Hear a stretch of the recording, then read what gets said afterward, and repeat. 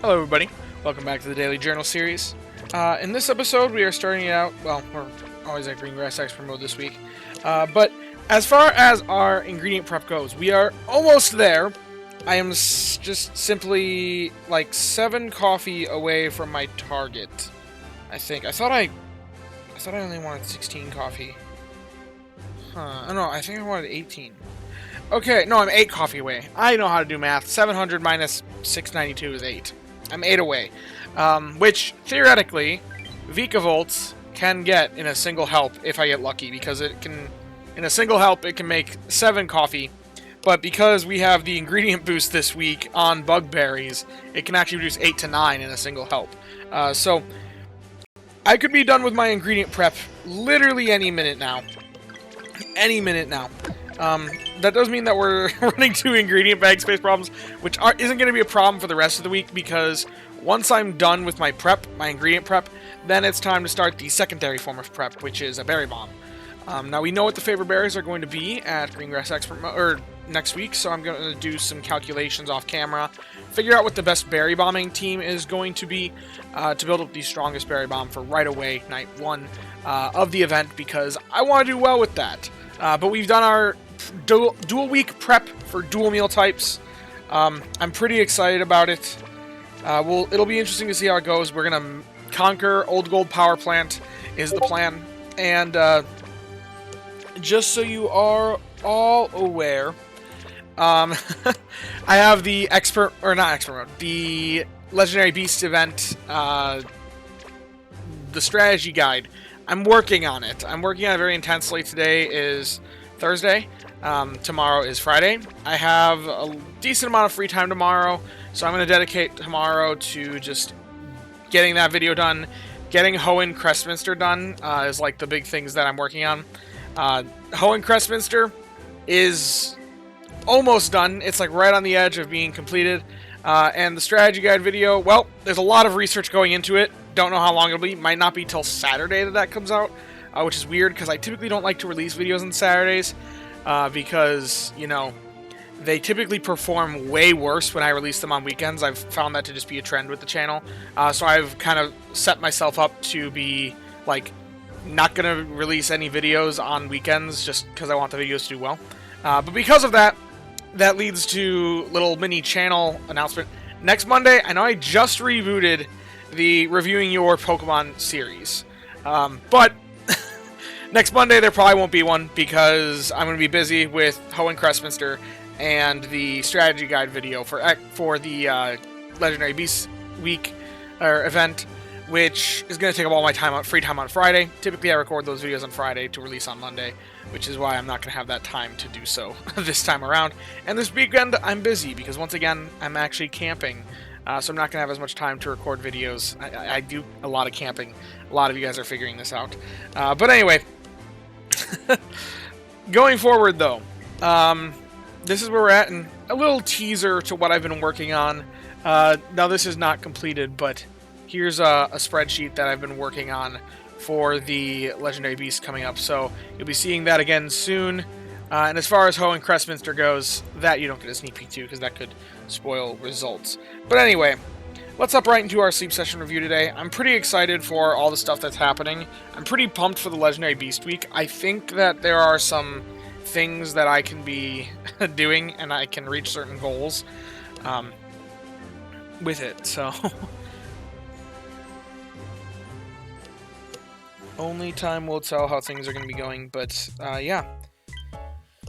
Okay, sleep duration. We got a full sleep session in. I was hoping to get more because I did actually run Dragonite yesterday briefly, primarily to get sleep hours on Dragon types, because Dragon types have the primary favorite berry this week. And for those of you that don't know, if you are at expert mode, then sleeping with the primary favorite berry Pokemon gets you regular handy candies, not just type handy candies, which is significantly more useful because it can be applied to any type, even though it is less candy that you get from it.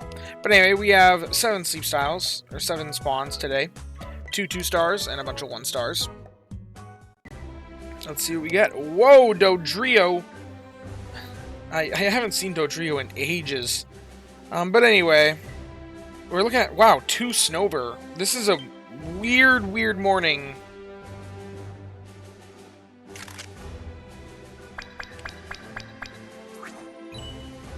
This is a weird, weird morning.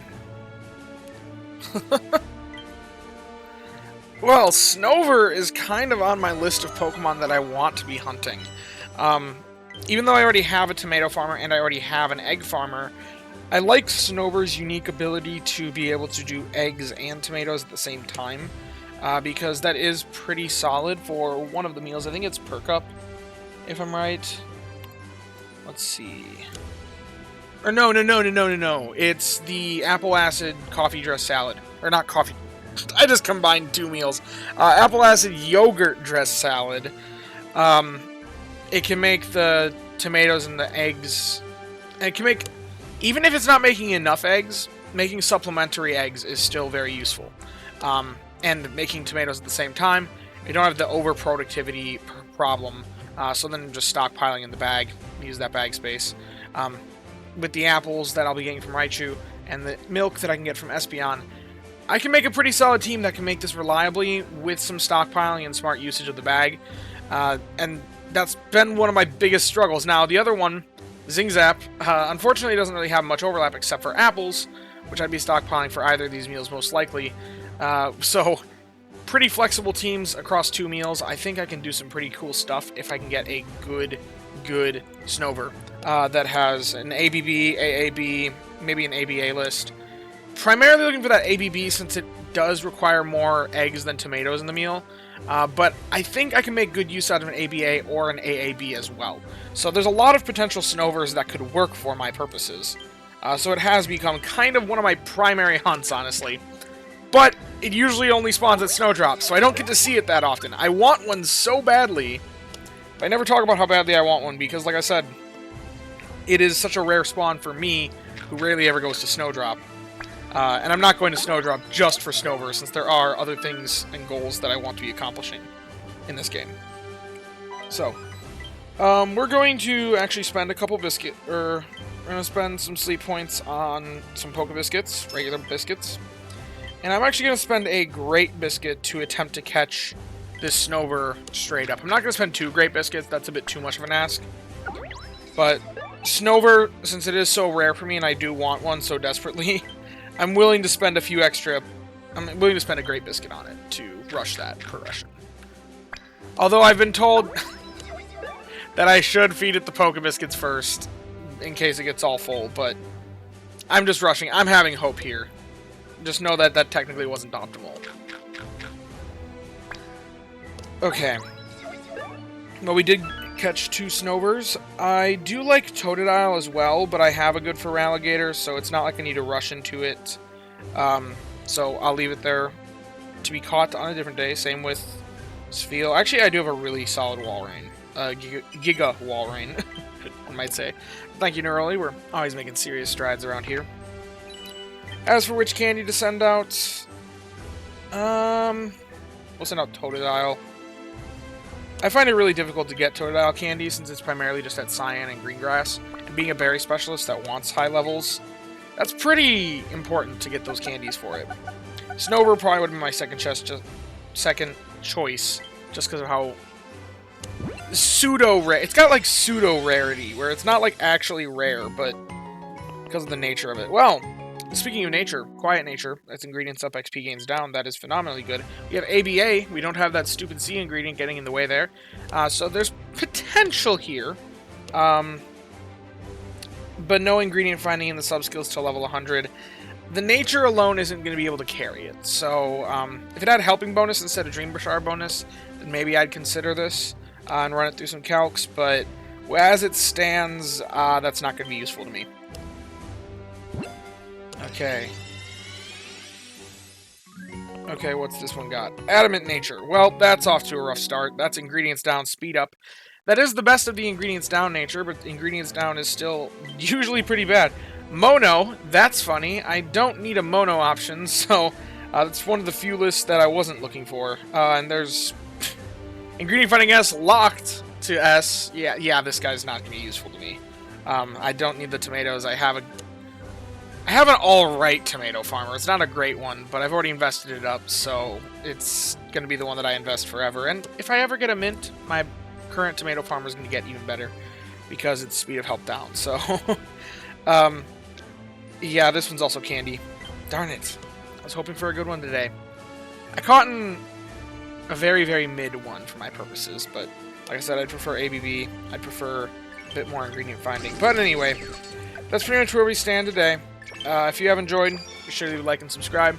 Down in the description, we'll have a link to join the Discord. You can come join us, hang out, talk about all things Pokemon, sleep, and the like. I gotta give a huge, huge thank you to all my channel members. It really means a lot to me that you guys want to show your support financially, despite there being no paid rewards for members.